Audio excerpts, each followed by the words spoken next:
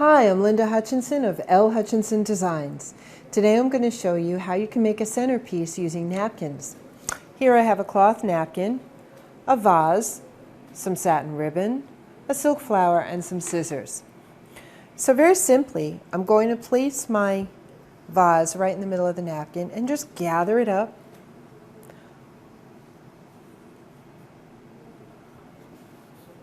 Like this.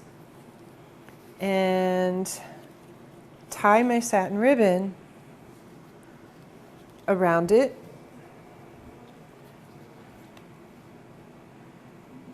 Near the top, not quite the top of the napkin.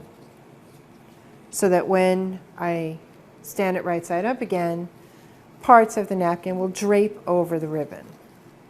You can use any colors that you want to match your decor. What's one nice thing about using a napkin in the centerpiece is you can match it to the napkins on the place settings and pull it all together. Give it a nice cohesive look.